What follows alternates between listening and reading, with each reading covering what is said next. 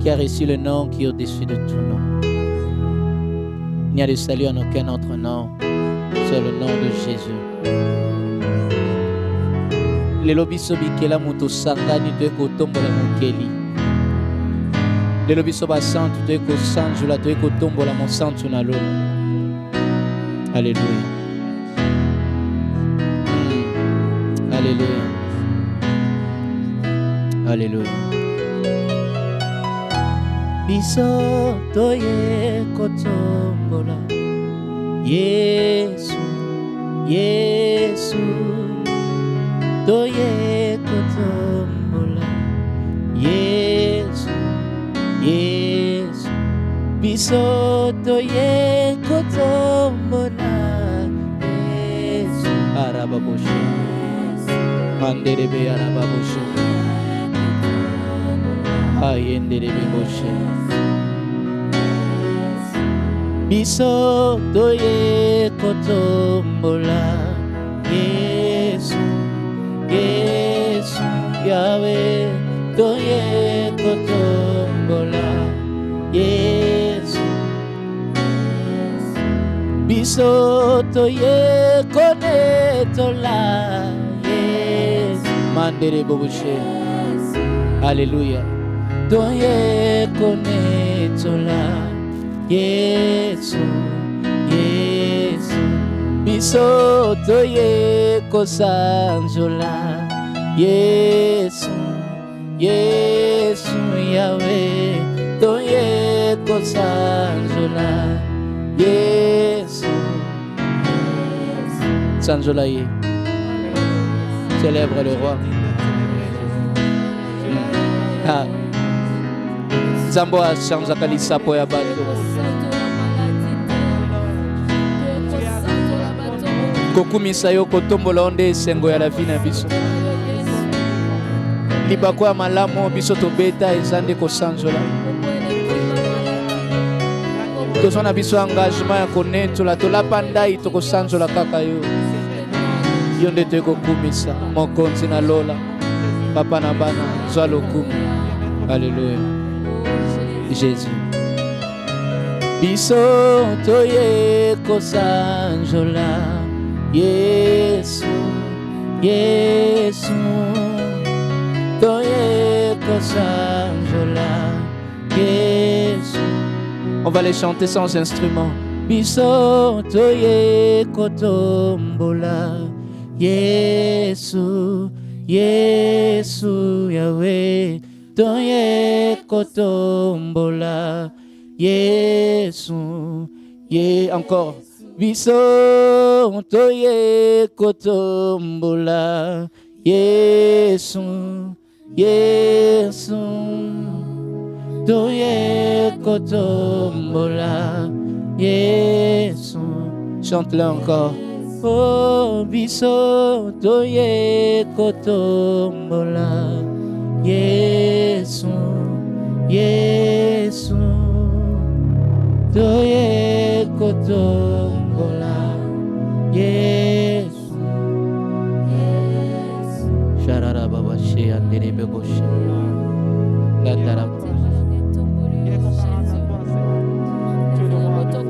Lokito ya mongongo na yo ekoisaka bangomba. Nguya loboko na yo ekangolaka. Yahweh na lola. Yahweh na lola. Yahweh na lola. Alléluia. Yahweh na lola. Emolimo na ngai esanzola nzambe. Nzambe lokito ya mongongo na ye ekoisaka bangomba. Nzango tango azalaka mosika tokaka makelele. Tango alekaka atikaka bilembo. On l'appelle le Dieu des échos et des traces. C'est ce Dieu que nous célébrons. Alléluia.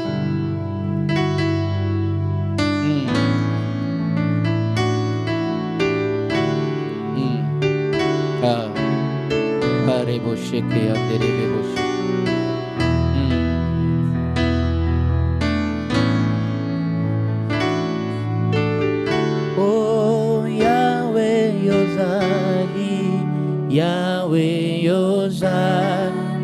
mokonzi likolo ya mabota nyonso yofandi na ali na kiti na bule na kiti ya bule oyeba ete yo ojal mobateli maka libota na bana na nzambe tokumisa sa kombo na nkolo tosanzola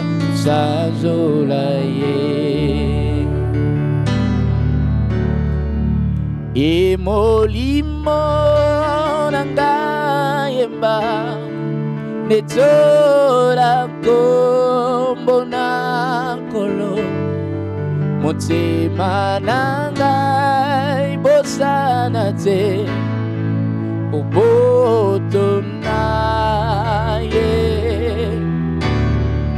akotanisa kamoi na ye likolo ya mabota nyonso akobatela kaba oyo balingi ye mitema nyonso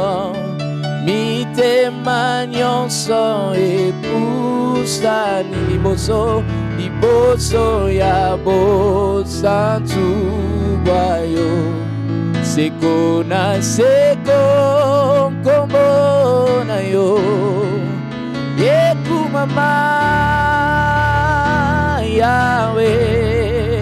Yawe yozali mokonzi likolo ya mabota nyonso yofandi na alikolo na kiti ya bule oyeba ete yo ojal mobateli ma libota na bana na nzambe tokumisa sanko kombo na nkolo tosanzola ye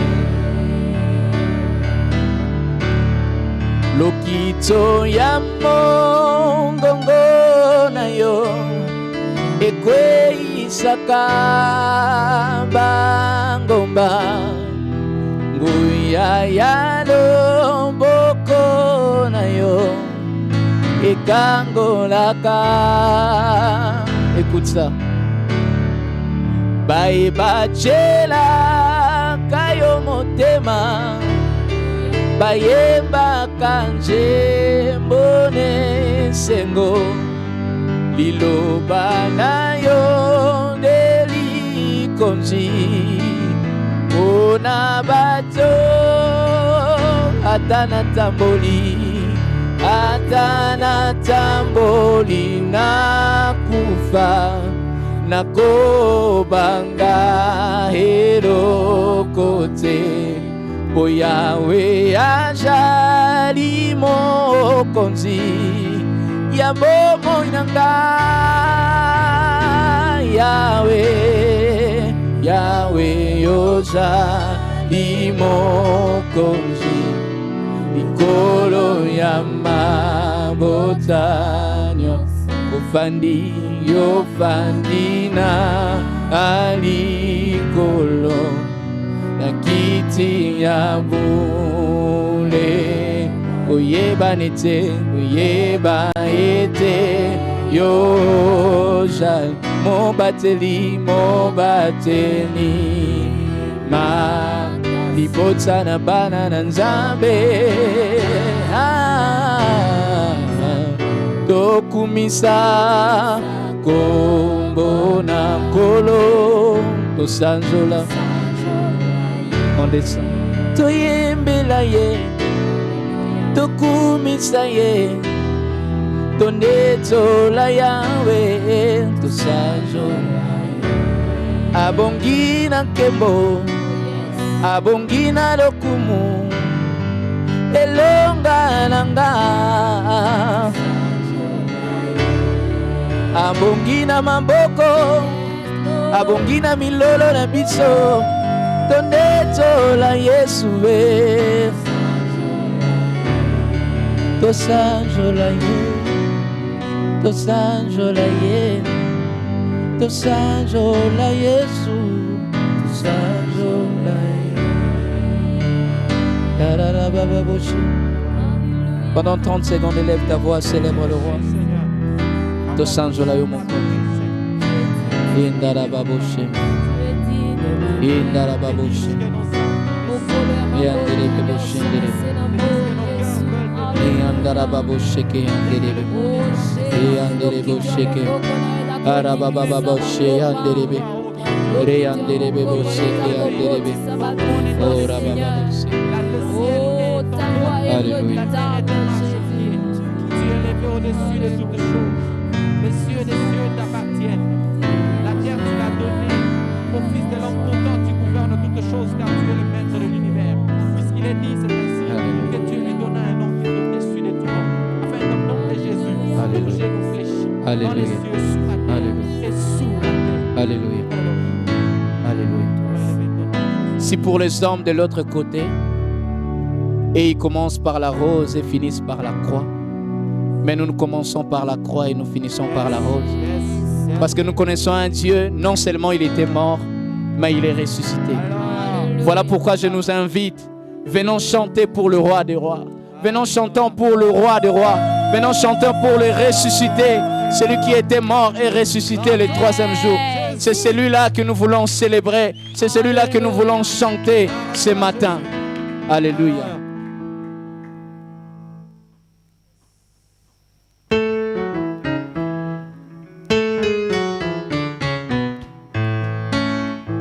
Venons, venez chantons pour le roi de rois, acclamons-le, notre sauveur. Entrons dans ses portes avec de cris de joie, de danse au roi, de roi. Venons chantons, venez chantons pour le roi de rois, acclamons-le, notre sauveur. Entrons dans ses portes avec de cris de joie, de danse au roi, de roi. Le sauveur de l'humanité, le sauveur de l'humanité, le roi qui mérite nos louanges.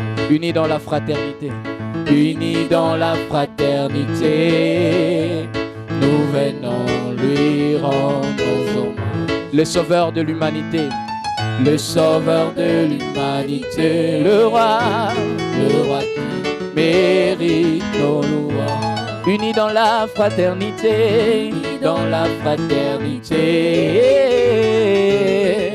lui rendre hommage. Venez, venez, venez, venez, venez, chantons pour le roi de rois, acclamons-le, notre sauveur. Entrons dans ses portes avec de cris de joie, de danse au roi. Venez, venez, venez, venez, chantons pour le roi de rois, acclamons-le, notre sauveur. Entrons, entrons dans ses portes avec de cris de joie, de danse au roi. Est-ce que pour ce moment nous pouvons pousser des cris de joie pour le roi des rois? Acclamons le roi qui est ressuscité. Alléluia.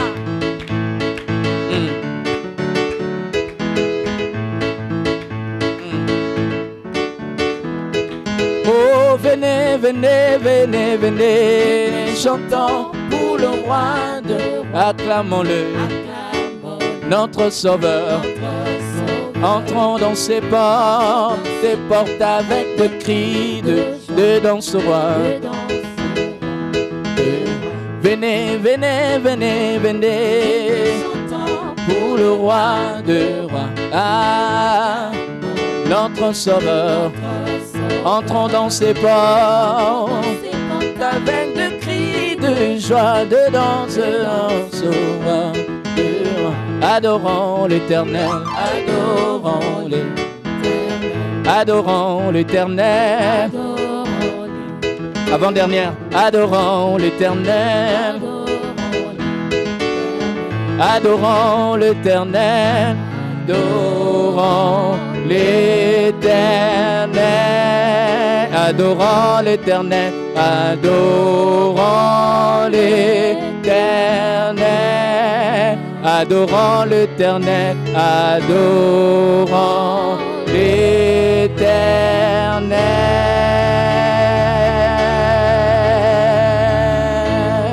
Alléluia.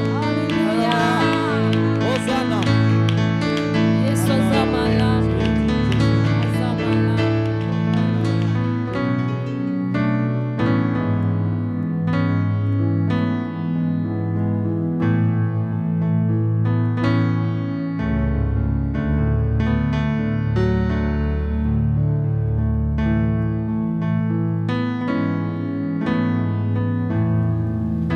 Shalom, shalom, bien-aimés dans les Seigneurs. Nous voici encore ce matin particulier après celui de la Pâque que nous venons de passer il y a une semaine.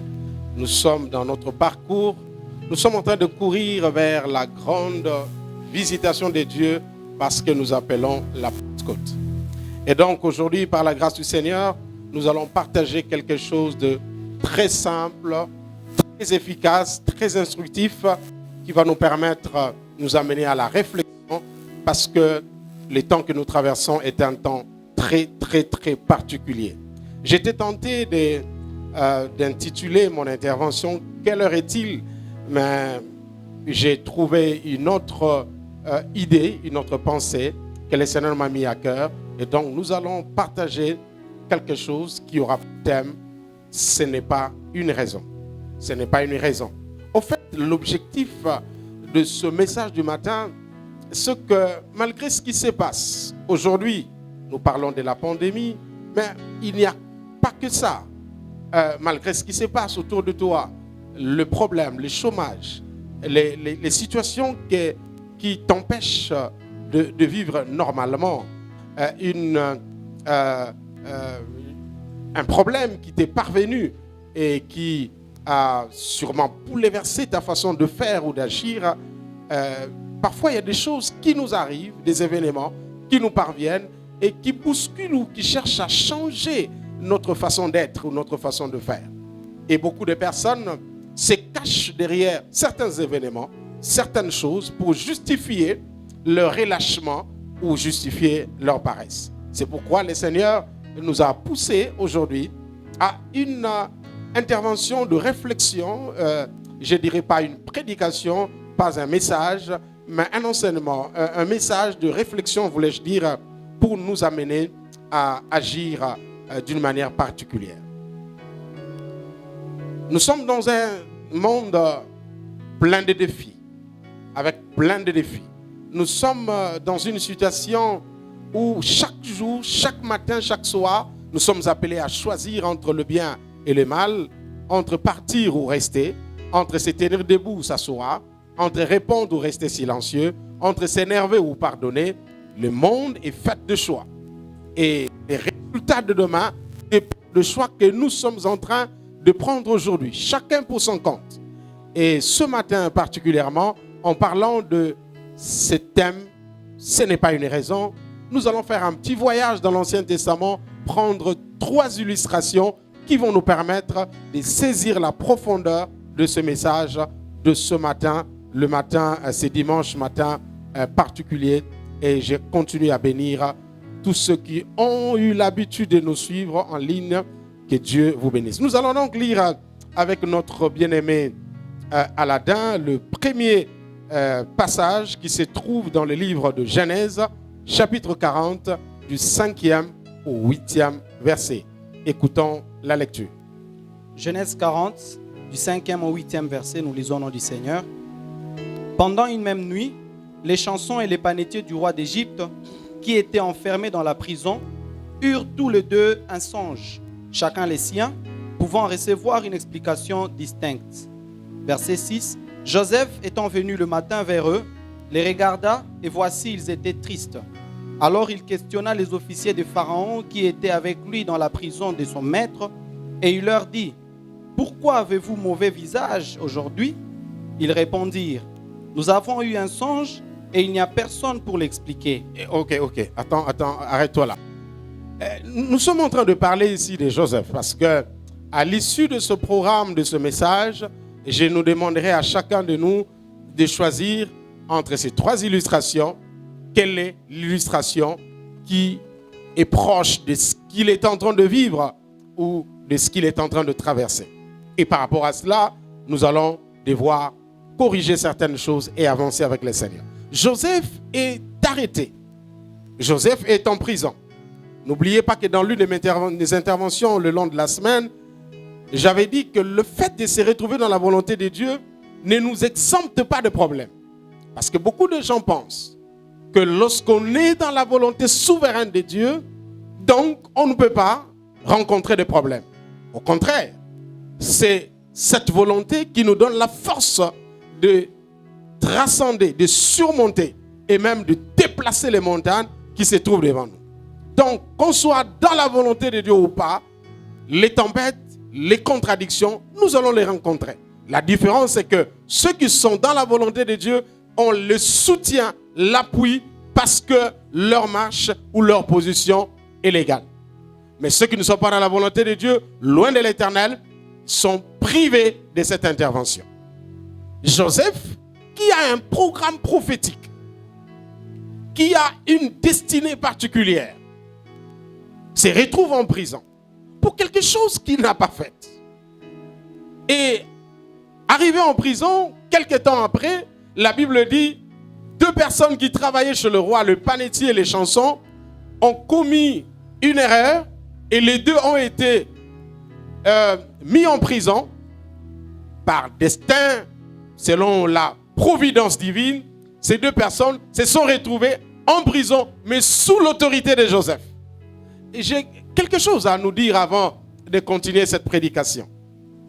Vous savez, même lorsque nous traversons la vallée de l'ombre de la mort, si tu as le signe de l'Éternel, si tu as l'appel de Dieu, même dans le lieu le plus noir, dans la situation la plus compliquée, où on n'a ni avocat pour te défendre, ni parents pour demander ce qui s'est passé, moins encore un ami pour venir te donner ne serait-ce qu'à manger, il y a toujours un signe. Il y a toujours quelque chose qui va te démarquer de ceux qui sont au même endroit que toi, mais qui n'ont pas l'alliance avec Dieu comme toi tu l'as. Il est en prison, mais chef de prisonnier. Voyez-vous, ça c'est quelque chose de formidable. C'est comme quelqu'un aujourd'hui, on dirait un monsieur qui est chômeur, qui ne travaille pas, mais quand tu le vois habillé, tu te demandes, même si entre lui qui est chômeur et celui qui travaille, si on n'a pas fait une confusion, ce n'est pas. En fait, il y a des choses qu'on ne peut pas justifier. C'est là où intervient la notion de la grâce. Parce que nous sommes sauvés, guéris, délivrés. Tout ce qui est bien sur terre qui nous arrive a d'abord pour raison la grâce. La crainte de Dieu vient après. La sanctification, l'amour, tout le reste, c'est d'abord par la grâce. Parce qu'il y a de ceux qui craignent Dieu plus que nous, mais qui n'ont pas ce que nous avons. La grâce de Dieu vient ouvrir la porte et nous permet finalement à prendre le relais en craignant de l'Éternel, en obéissant, en étant fidèle, ainsi de suite. Donc regarde très bien, malgré la situation dans laquelle tu te trouves en prison, tu te trouves dans une situation où on t'a chassé du mariage, du travail, et on a raconté des choses sur toi et pourtant tu sais que tu es innocent. Dans tes pleurs, dans ta souffrance, tu te retrouves quelque part, mais Dieu vient un peu chuchoter, un peu comme on dirait, te permettre de sourire un peu dans la prison en faisant de toi chef de prisonnier. Et donc Joseph reçoit en prison des collègues qui viennent du palais royal.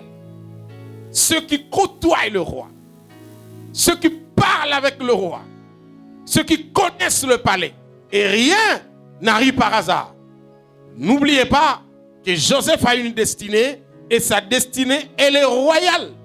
Et donc, nous considérons la prison ici comme étant la salle d'attente où, qu'est-ce qu'on dit? On dit quoi? L'antichambre de sa gloire.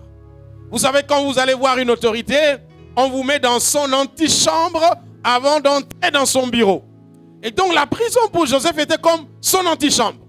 Je suis en train de prophétiser dans la vie de quelqu'un qui est en train de me suivre en ce moment, parce que tu es en train d'écouter ce message alors que tu as des promesses et que tu te retrouves dans une de prison où tu n'as aucun avocat, aucun membre de famille pour te défendre. Sache que ce message est en train de te placer dans l'antichambre de ta gloire, et après ce message, avec ton amen, quelque chose va ouvrir la porte et qui va t'amener chez le roi.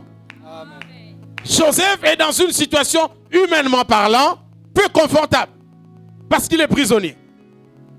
Et donc, il reçoit des collègues venant du palais, et étant dans la même situation aujourd'hui, tous dans le confinement, tous soumis ou pressés, ou combattus, ou je ne sais, réduits, on a réduit tout ce que nous étions en train de faire au nom de la pandémie. Nous sommes dans une situation où chaque personne est un peu stressée. Mais dans cette situation-là, quelque chose arrive. C'est quoi? Les deux personnes en dormant reçoivent chacun un songe. Chacune d'elles reçoit un songe. Et le matin, ils se réveillent tristes parce qu'ils ont le songe, mais ils n'ont pas l'explication. Or, Joseph, qui lui, à l'époque, recevait des songes sans explication, devrait se rendre compte que Dieu a shifté ses dons à une autre dimension. Il n'est pas seulement là pour recevoir des dons, pour que son père l'interprète ou ses frères et comprennent, mais aussi maintenant c'est pour recevoir les sons des autres afin que lui puisse l'interpréter. Vous savez, Dieu est capable de changer une opposition à une opportunité. Amen. Un combat à un couloir de victoire et de la grande renommée. Tenez, la majorité des grands hommes et des grandes femmes que nous connaissons dans les Écritures ou même dans le monde sont des personnes qui ont été pris comme des jokers au milieu de moments de troubles et de périodes chaotiques. Je peux vous en citer quelques-unes. Je parle de quelques personnes. David. Qu'est-ce qui a fait que David soit David, prêché, admiré et qu'il soit d'une manière particulière présenté dans la Bible? C'est parce qu'à un moment donné en Israël, il y avait un monsieur qui s'appelait Goliath qui avait menacé Israël pendant longtemps sans solution. Et c'est en ce moment de guerre, d'attaque, d'oppression, de sous-occupation que David a relevé la tête et est devenu un homme incontournable en Israël. Quand est-ce qu'Esther est devenue célèbre? C'est pas quand le roi l'avait choisi comme femme. C'est pas le jour où elle a pris la couronne. Non, c'est le jour où on a décidé qu'on allait tuer tous les Juifs et que le peuple de Dieu était dans une situation bizarre, qu'elle a pris le risque d'aller voir le roi. C'est là que Esther devient un pion entre les mains de Dieu pour changer l'histoire. Quand est-ce que cet homme qu'on appelle Joseph est devenu utile? C'est justement lorsque la famine est arrivée en Égypte et que le roi et tous ses collaborateurs ne savaient quoi faire en ce moment-là. C'était même avant que, oui, j'ai dit, lors de la famine, parce que le message était venu avant. C'est en ce moment-là que Joseph a fait un nom au milieu de l'Égypte. Donc laissez-moi vous dire, plus les temps sont difficiles, plus l'Éternel sort des jokers. Et je suis en train de prophétiser que toi, cette machine de la pandémie, de confinement, va sortir en toi quelque chose de particulier au nom puissant de Jésus-Christ. N'oubliez pas que même l'encens libère son odeur qu'après avoir été écrasé et mis dans le feu. Laisse que ce feu de confinement et des situations que nous traversons libère les grâces que tu as en toi et qui ont été donc enfouies. Donc Joseph n'a pas dit nous sommes tous prisonniers. Nous sommes tous stressés. Nous avons tous des problèmes. Moi aussi j'ai mes songes. Le temps est compliqué. Et en tout cas, je ne parle pas que chacun s'occupe de ses affaires. Non, ce n'est pas une raison. Non, ce n'est pas une raison aujourd'hui, au nom de ce que nous traversons, que nous puissions ne pas faire, c'est à quoi Dieu nous a appelés. Ce n'est pas parce qu'il y a la pandémie qu'une personne ou un fidèle ne peut pas m'amener à un autre sujet que celui de la maladie, comme si Jésus s'est arrêté, le monde s'est arrêté, les anges ne font plus rien, et toute la... Non. Si toute la terre est concentrée, je dirais même mieux, ce n'est pas toute la terre. Parce qu'il y a des nations aujourd'hui, d'autres nations, qui sont en train de gérer et la pandémie et leur économie. Ils se disent, oui, ça ne marche pas, mais nous ne devons pas laisser nous concentrer sur ça, sinon nous risquons d'avoir des problèmes. Ce n'est pas une raison. Ce n'est pas une raison, Joseph, de dire, moi aussi j'ai des problèmes, nous sommes tous en prison. Non. Si tu as une grâce, si tu as un don, tu as quelque chose à faire en ce moment, fais-le. Si tu peux le faire, fais-le. C'est vrai que ça ne sera pas comme si, quand on est en dehors de la prison, mais le fond restera le même. Le fond, c'est quoi? Explique le songe. Explique le songe. Parce que finalement, vous savez que toute bénédiction de Dieu se cache derrière les opportunités. Ce sont les opportunités qui apportent la bénédiction. Et celui qui saisit l'opportunité accède à sa bénédiction. Parfois, la forme de la bénédiction que tu attends ne répond pas ou ne répondra pas toujours à ce que tu as dans la tête comme idée. J'ai connu des gens qui, pour devenir DG aujourd'hui, sont passés par un travail qui n'a aucune, je dirais même, qui ne représente pas ce que son profil ou son CV présente par rapport à ses compétences et à son expertise. La Bible dit, le frère va continuer, quand les amis se sont réveillés le matin, ils étaient tristes et Joseph a dit, pourquoi êtes-vous triste? Joseph n'a pas dit, bon, sûrement qu'ils sont tristes comme moi parce que nous sommes en prison. D'ailleurs, vous avez l'avance. Vous êtes égyptien. Donc vos parents savent, vos frères savent que vous êtes en prison.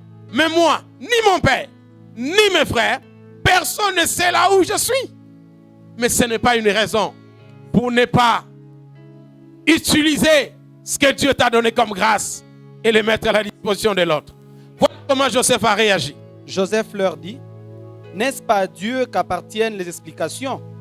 Racontez-moi donc votre songe. Racontez-moi donc votre songe. En d'autres termes, c'est vrai que nous sommes en prison, la situation n'est pas bonne, mais cela ne m'empêche pas de faire mon travail. Cela ne m'empêche pas de prier. Cela ne m'empêche pas d'aller voir ma mère. Écoutez, aujourd'hui, ce n'est pas parce que nous sommes dans une situation, parlons de ce que nous sommes en train de traverser, même si depuis un temps je ne vais pas trop me concentrer comme s'il n'y a que ça qui est sur terre ou qui doit embrigader, passez-moi le terme, ou nous camionner sur un chemin qui peut quelque part nous distraire et nous éloigner même de ce que Dieu est en train de faire. Est-ce qu'au nom du confinement et de la pandémie, vous ne mangez pas à la maison? Qui peut me dire aujourd'hui, au nom du confinement et de la pandémie, il ne respire pas? Qui peut me dire qu'il ne s'habille pas? Qui peut me dire qu'il ne ressent plus la faim et qu'il ne voit plus rien? Non. Vous continuez à manger, vous continuez à respirer, vous continuez à regarder la télé. Alors je dis aussi aux pasteurs, aux frères et sœurs, aux prophètes, aux docteurs, nous continuons aussi à prêcher, mais aussi à répondre à toutes les requêtes, à tous les sujets, rattachés ou pas à la situation actuelle parce que ce n'est pas une raison de dire à mon frère et à ma soeur, nous allons nous retrouver après le confinement pour ton cas. Non, écoutez, cela n'a pas de sens. Cela n'a pas de sens. La Bible dit ceci. Continue mon frère.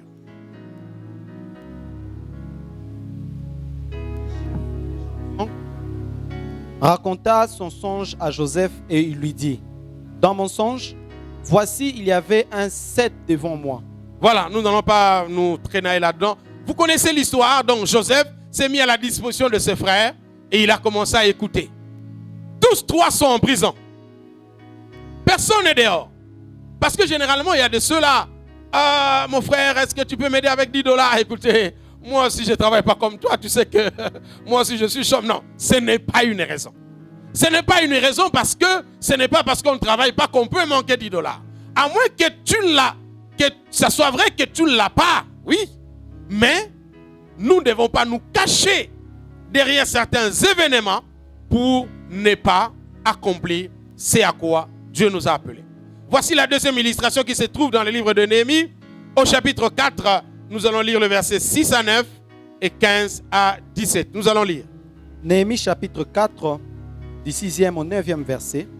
Nous rebâtîmes la muraille qui fut partout achevée jusqu'à la moitié de sa hauteur.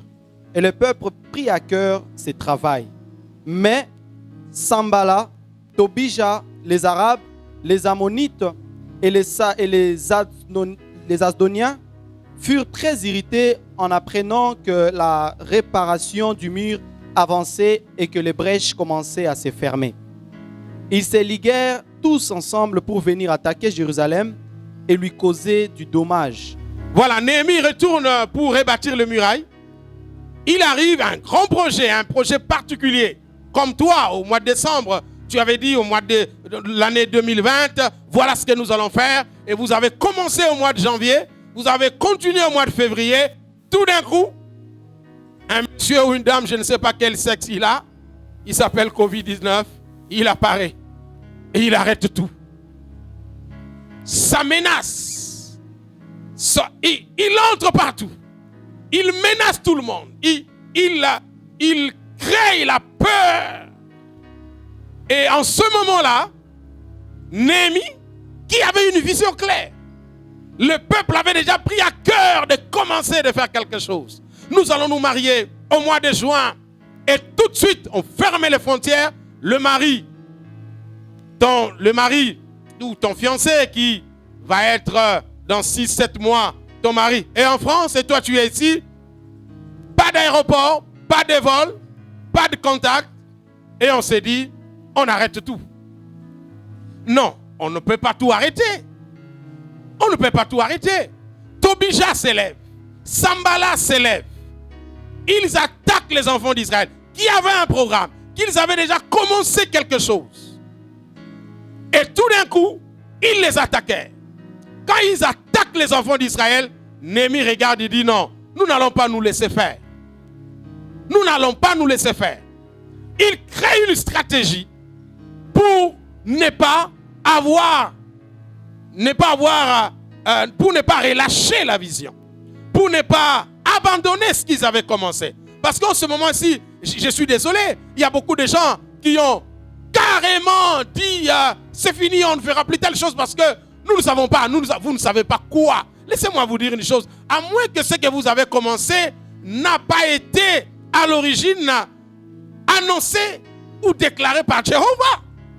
Si c'est Yahweh qui vous avait dit de faire ce que vous êtes en train de faire ou vous voulez faire ce que vous avez commencé, n'oubliez pas cette histoire où Jésus dit aux apôtres, allons de l'autre bord. Quand il dit allons de l'autre bord, il n'y a pas de tempête. Mais il rencontre la tempête au milieu du lac. Qu'est-ce qu'il faut faire? On doit reboucher chemin ou on doit continuer? Non, Jésus est là. Jésus nous a dit, allez de l'autre bord. Amen. Je suis venu dire à quelqu'un, malgré la tempête que tu rencontres au milieu de cette année, au début de cette année 2020, sache que ce que l'Éternel avait dit pour toi et ta famille arrivera certainement. Et c'est là dans le nom de Jésus-Christ de Nazareth. Amen. Là où tu es, si tu me donnes un amen puissant, cela va arriver rapidement dans le nom de Jésus. N'oubliez pas qu'il est écrit, de toutes les bonnes paroles que l'Éternel a dites à Moïse, aucune d'elles ne resta sans effet. Yes. Amen. La parole de Dieu ne faillit jamais. Elle ne peut pas tomber et rester stérile. Amen. Est-ce que je parle à quelqu'un ici? Amen. Nous revenons ici. Alors, qu'est-ce qui se passe? Alors qu'ils sont attaqués, tu es au 15e verset. Verset 9. Verset 9. Nous priâmes notre Dieu. Alors, et nous écoutez, la première des choses que vous devez savoir, quand nous sommes attaqués, comme je vous avais dit il y a 2 dimanches passés, lorsqu'un problème arrive dans la vie d'un enfant de Dieu, la première des choses qu'il doit faire, ce n'est pas de regarder le problème. Ce n'est pas de chercher à connaître la nature du problème. Il faut d'abord qu'il les réparte chez l'Éternel, car l'Éternel connaît mieux ce que vous ne connaissez pas par rapport à ce qui vous attaque. Ils sont partis en prière. Ils ont cherché l'Éternel. Ils ont prié Dieu. La suite. Et nous établîmes une garde jour et nuit pour nous défendre contre leur attaque. Et ils ont établi une garde pour se défendre contre leur attaque. Et voilà ce qui est important pour moi, 15 à 17. Verset 15 à 17. Lorsque nos ennemis apprirent que nous étions avertis, Dieu anéantit leur projet. Et Oh nous my God. retournâmes tous à la muraille. Attends, on ne peut pas sauter ce verset comme ça. Je ne sais pas, je pensais que là où tu es, je pouvais entendre tes acclamations depuis les États-Unis, depuis la Chine, depuis l'Amérique, depuis la France, depuis Kinshasa. Lorsque l'ennemi a appris que nous étions au courant, Dieu a anéanti leur projet.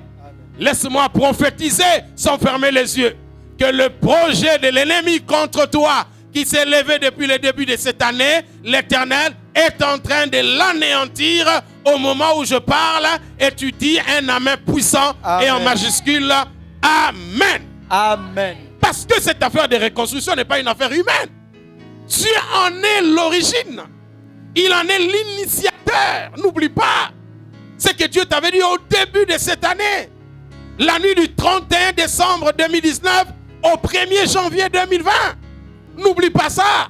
Tu n'es pas soutenu parce que tu rencontres, mais tu es soutenu par ce qui t'a propulsé dans cette année au nom de Jésus-Christ de Nazareth. Écoute ce que la suite nous dit.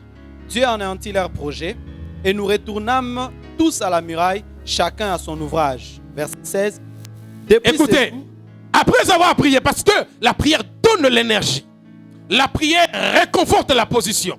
La prière nous sort de la terre et nous place au-dessus des problèmes et des situations qui cherchent à s'opposer à la volonté de Dieu. La foi, la prière nous fait naviguer dans l'omnipotence de Dieu. Et donc nous devenons tellement puissants que nous surmontons nos problèmes et nous changeons d'attitude. Ils retournèrent dans leur projet. Je suis en train de dire à quelqu'un ce matin, si vous êtes à deux, dis au voisin, retournons dans le projet.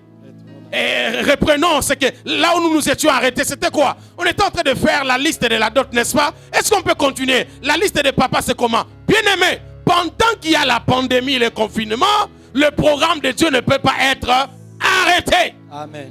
Ah, j'ai béni le Seigneur pour mon frère et ami, le pasteur Ntoya, que j'ai rencontré de Philadelphie avant que je ne vienne ici. Il m'a dit, papa, on devait se voir pour un programme. Malgré, oh j'ai aimé ça, malgré ce qui se passe, nous arrêtons le programme. Et si on ne déconfine pas, on va reporter. Mais entre-temps, on arrête. Vous ne savez pas peut-être, parce que vous arrêtez un programme, le ciel l'adopte et le ciel va s'imposer sur ce qui se passe. Amen. Mais si vous n'arrêtez rien, le monde va nous embarquer dans son histoire. Amen. Est-ce que je parle à quelqu'un? Amen. Dis à ta femme, reprenons le projet de la construction. Dis à ton mari, on s'était arrêté où pour le voyage des enfants? Est-ce que je parle à quelqu'un ici? Amen. Donc ils ont dit, ils retournèrent au travail. Verset 16. Depuis ces jours, la moitié de mes serviteurs travaillaient et l'autre moitié était armée de lances, de boucliers, d'arcs et de cuirasses. Les chefs étaient derrière toute la maison de Juda. Verset 17. Ceux qui bâtissaient la muraille et ceux qui portaient ou chargeaient les fardeaux travaillaient d'une main et tenaient une autre arme de l'autre. Voilà ce que nous devons faire en ce moment. Parce que ce n'est pas une raison de dire, Sambalé et Tobija sont arrivés, attendons, laissons tout, terminons avec eux. Puis non, non, non, non, non. Voilà ce qu'on fait. On a ici la machette et là-bas on a l'épée pour le combat. On se bat, on travaille. On se bat, on avance. On jeûne, on continue. On prêche, on prie. C'est ce qu'il faut faire. Est-ce que je parle à quelqu'un? Est-ce que je parle à quelqu'un? Ne permettez à rien sauf Dieu d'arrêter un programme qui vient de l'Éternel. Non, non, non, non, non, non. Non, ce n'est pas possible. Ce n'est pas une raison. Est-ce que je parle à quelqu'un? Nous passons à la dernière illustration, le livre de 1 Roi 17, 11 à 12, 13 à 15. 1 Roi chapitre 17, 11 à 12. Et il alla en chercher. Il l'appela de nouveau et dit, apporte-moi, je t'ai pris, un morceau de pain dans ta main. Verset 12. Et elle répondit, l'Éternel ton Dieu est vivant. Je n'ai rien de cuit, je n'ai qu'une poignée de farine dans un pot et un peu d'huile dans une cruche. Et voici, je ramasse 2 morceaux de bois, puis je rentrerai et je préparerai cela pour moi et pour mon fils. Nous mangerons, après quoi nous mourrons. C'est quel verset? Verset 12. Combien? 12. 12. Alors, écoutez, nous sommes dans une situation terrible ici. Il y a la famine. Tout le monde cherche à garder, comme aujourd'hui. Ah, tout le monde. Vous voyez aujourd'hui même ceux qui disent, oh, nous sommes intègres, nous sommes saints, nous sommes bons. Personne ne répond à l'appel des autres. Chacun est dans son coin. Il fait la provision au nom de sa maison. L'égoïsme est devenu l'arme la plus puissante en ce moment. Et nous nous cachons derrière le confinement et la pandémie pour dire, tu sais que personne ne travaille, donc qui va aider l'autre? Et Dieu est compliqué. C'est dans de tels moments qu'il fait passer des tests, qu'il sort des jokers et il ouvre des portes. Donc, ce n'est pas une raison. Ce n'est pas une raison de dire, voilà tout ce qui nous reste. Ah, aujourd'hui, on est en train de massacrer les pasteurs pour dire, vous ne voyez pas, la situation est dure. Écoutez, beaucoup de pasteurs ne veulent pas toucher à cela parce que ça crée des histoires. Ça ne crée des histoires qu'aux païens qui ne savent pas qui est Dieu et qui ne connaissent pas la valeur de leur offrande. Moi, je suis pasteur, je donne mes offrandes, je fais mes dons parce que je connais cette histoire. Ça n'a rien à voir avec la famine. D'ailleurs, le Dieu de la famine d'hier là est en train d'agir aujourd'hui. Ceux qui sèment avec le pleur vont récolter avec l'allégresse. C'est en ce moment-là le test de l'amour. Est-ce que je parle à quelqu'un? Dieu, il n'y avait pas d'autre personne. Tu envoies le prophète chez une veuve et la veuve n'a pas un seau de farine, de la farine. Non, non, non. Un poignet. Elle dit, si on mange, c'est fini. Le prophète dit, ce n'est pas une raison. Ce n'est pas une raison. Bien-aimé, si vous ne savez pas prendre le risque entre ce qui est logique et ce qui est surnaturel, quelque chose va bloquer. Quelque chose va bloquer. Vous êtes dans quelle situation? Pourquoi vous refusez de faire ce que Dieu vous demande de faire? Heureusement, la Bible dit, j'ai ordonné à une femme. Au moment où je parle, l'Esprit t'a prédestiné à prendre un risque prophétique, mais qui va faire de toi une femme dont on parle aujourd'hui et une famille dont on parlera toujours. Écoutez, la Bible dit ensuite, verset 13, et lui dit, ne crains point, rentre, fais comme tu as dit. Seulement, prépare-moi d'abord avec cela un petit gâteau et tu me l'apporteras. Ne crains pas, je sais que tu as une grande famille. Quelqu'un m'a dit aujourd'hui en venant ici aux États-Unis dans un état donné, on a payé tout le monde $1200, on n'allait pas au travail, mais 1200, après il m'a dit, qu'est-ce qu'on va faire avec? Je lui ai dit, vous n'allez rien faire avec, mais au moins, vous n'allez pas acheter les carburants, donc vous avez un salaire avec moins de dépenses, parce qu'il n'y a pas de carburant, il n'y a pas de sortie, mais de toutes les façons. Vous en avez 1200. Nous là, on n'a même pas 10 francs que l'oncle a envoyé. Maman n'a rien, papa n'a rien, on n'a rien, on donne ce qu'on a. Ici, je ne parle pas seulement d'argent. Dans la Bible, ici, on parle de farine. Quelque chose que tu as, comme on dit chez nous à Lingala, Mwanansuka. Mais c'est justement lui là, Nzombo du soir, que Dieu cherche pour changer l'histoire de quelqu'un. La dernière énergie que Dieu cherche pour changer l'histoire. Ce n'est pas une raison. Parce que l'Éternel qui a envoyé cet homme, cette femme ou cette situation vers toi, alors qu'à Sarepta, il y a plusieurs veuves et plusieurs personnes, ne s'est pas trompé.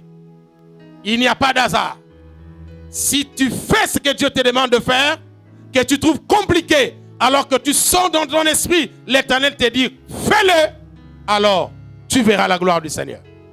Tu verras la gloire du Seigneur. Ce n'est pas une raison de dire que si nous mangeons, nous mourrons. Ce n'est pas une raison de dire c'est la famine. Ce n'est pas une raison de dire il ne reste que le poignet de la farine, il n'y a plus d'autre chose. Ce n'est pas une raison parce que entre toi et Jésus, c'est Jésus-Christ qui a raison. C'est Jésus-Christ qui a raison.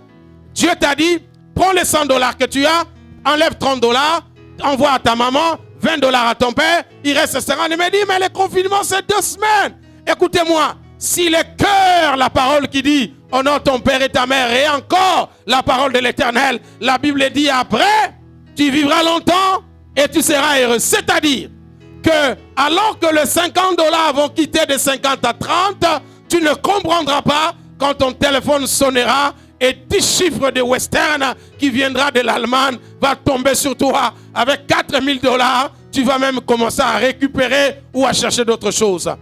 Entre la logique et Jésus, c'est Jésus-Christ qui a raison. Lisons pour clôturer cela. Tu me l'apporteras et tu en feras ensuite pour toi et ton fils. Car ainsi parle l'Éternel, le Dieu d'Israël. La farine Est-ce que qui ça est dans c'est la... vraiment le moment de donner les prophéties? Est-ce que cet homme est sérieux, ce prophète? Comment tu... Et puis, il met la femme dans une situation bizarre. Donc la femme est en train de préparer les gâteaux, l'enfant est à côté, en train de bouger les pieds, parce qu'il sait que dès que c'est cuit, il mange. Et puis la maman dit, c'est pour le prophète. Je ne sais pas ce qui s'est passé. Combien de temps ils se sont chamaillés avec l'enfant? Parce que nous ne connaissons pas l'âge de l'enfant. La Bible est restée muette entre la réaction de l'enfant face à sa mort. Parce que quand les gâteaux partent chez le prophète là, il dit mais c'est la mort, qu'est-ce qui se passe? Mais Dieu ne permettra pas que l'enfant puisse avoir l'AVC avant que les gâteaux ne soient cuits. Mais le miracle va intervenir. La Bible dit, pendant qu'il prend la farine pour mettre au feu, en se rendant compte qu'il n'y a plus rien, il ne comprend pas que plus il enlève, plus le ciel est en train d'ajouter. Je suis en train de dire à quelqu'un, plus tu obéiras à ce que Dieu te demande maintenant Amen. De faire vis-à-vis de Jonathan, vis-à-vis de toi-même, de ton père, de ta mère, de l'œuvre de Dieu, tu sauras que l'Éternel est un Dieu de situations difficiles. Qu'est-ce que je voulais dire? Je voulais dire que Dieu vous bénisse. Je voulais dire que Dieu vous aime. Je voulais surtout vous dire, ce n'est pas une raison. À la prochaine. Bon dimanche à vous.